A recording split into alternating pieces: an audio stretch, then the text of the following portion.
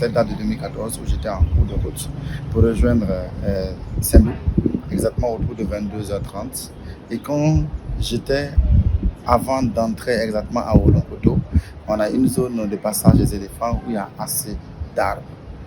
Et lorsque j'y arrivais, j'entendais ces chants d'oiseaux bizarres. Et c'est tout ce que j'avais comme dernière chose que j'ai entendue. Et je me suis retrouvé dans la ville. Je n'ai pas compris ce qui s'est passé exactement. Je n'ai pas compris ce qui m'est arrivé.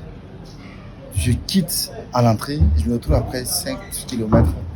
C'était vraiment extraordinaire.